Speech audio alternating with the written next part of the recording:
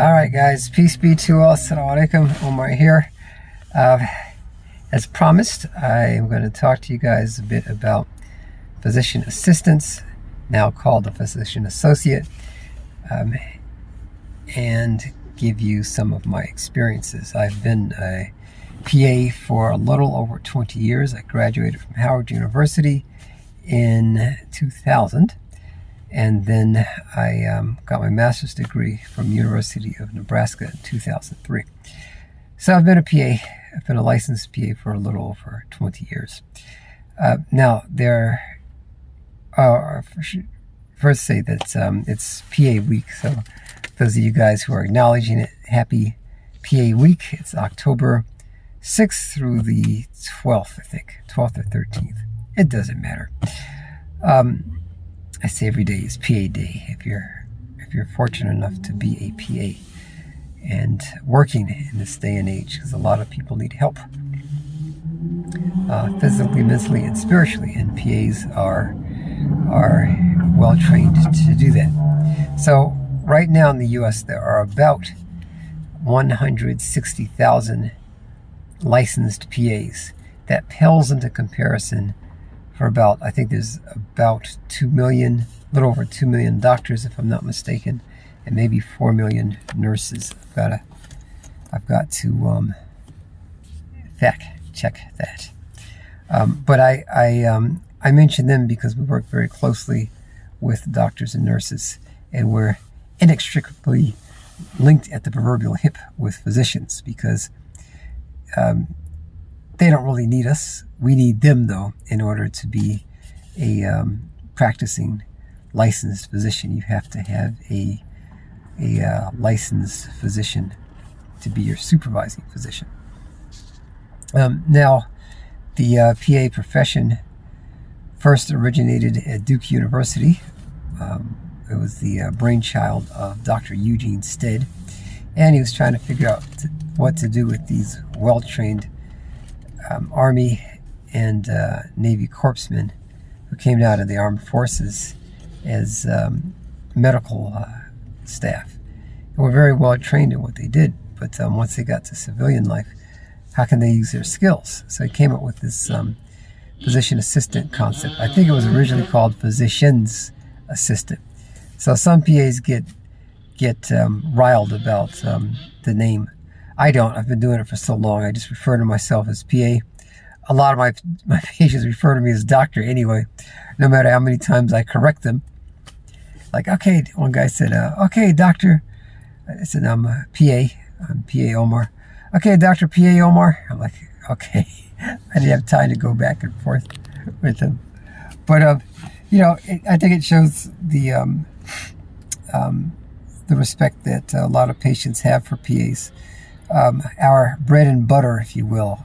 Most of us are trained in the primary care model, and you'll see most of us in primary care settings. So family medicine, internal medicine. I work with an internist now who is also a renal specialist, so I do some of that. We work with all different specialties. So you'll see PAs in orthopedics and pediatrics, OBGYN, psych medicine, anything where you'll find doctors. That's where you may find at least one PA. And it's a great field. It was named the #1 profession in the U.S. by U.S. News and World Report. For all the credibility that lends the profession, I don't know, but I've enjoyed it. The average salary is, I think it's about $115,000. That's median, and that varies greatly by specialty and region, of course. But it's a great profession. I'll tell you guys some stories about my experience as a PA.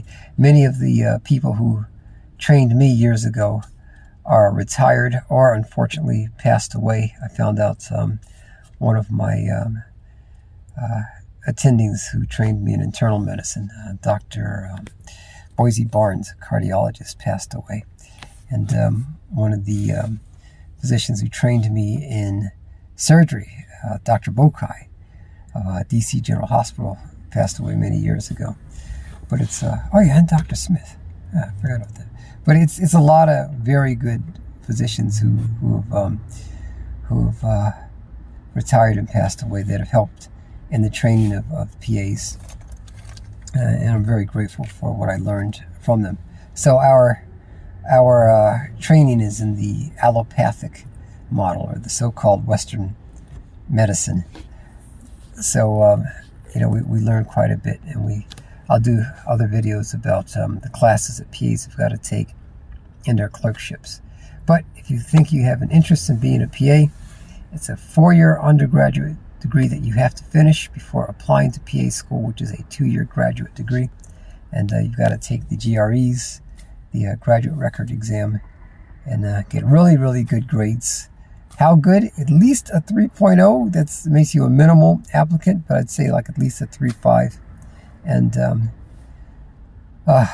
get many hours of shadowing hours. So you follow people. You follow a PA in a healthcare setting.